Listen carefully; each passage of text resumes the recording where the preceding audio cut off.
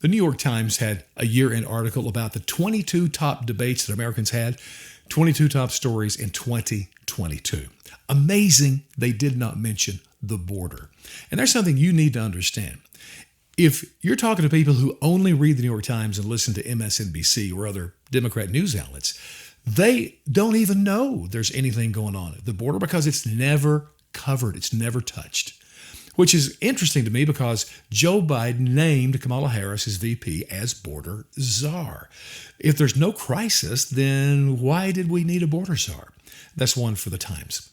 Regardless, though, to Republicans, there is a huge crisis, and it is true. Some 3 million people have crossed the border in 2022 without papers. Call that a crime or not, but it's true. Now, the Democrats say that's not a crisis, but now to them, what is a crisis is the Republican governors, DeSantis, Florida, and Abbott of Texas, who are sending buses of migrants into the sanctuary cities. Like New York, Mayor Adams has declared a state of emergency over that.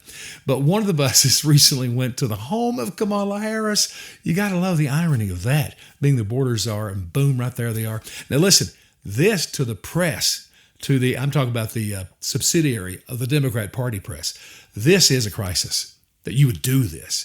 Also, I love the Martha Vineyard, the one bus that DeSantis sent there some months ago. Only 50 migrants were aboard the bus. It was, Martha's Vineyard is the playground of the rich and famous Democrats.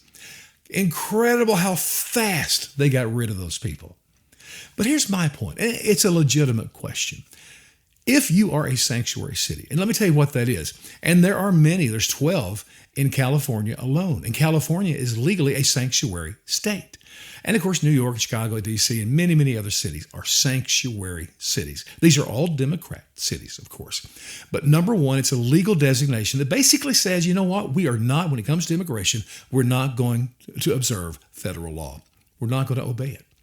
Well, it's kind of interesting to me, considering that the Civil War was fought over the states who decided not to obey federal law. 700,000 Americans died over that. So whatever this is about, I don't know.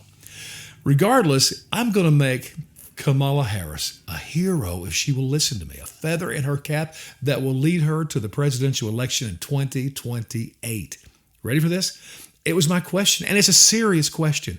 If you're a sanctuary city, why do you not charter buses, send them to the border to rescue these migrants and take care of them? Because not only is the sanctuary city a legal designation, they welcome these migrants. They believe that the crisis is not a criminal crisis, but a humanitarian crisis. And hey, I'm cool with that. So go get them. Take care of them. Give them education, health care. Let them vote, whatever. Take care of them. Show your love and concern. Kamala, here's the idea for her. Organize this. Get all these cities, sanctuary cities together. Work out a plan to go rescue all these millions of people, send them to these sanctuary cities.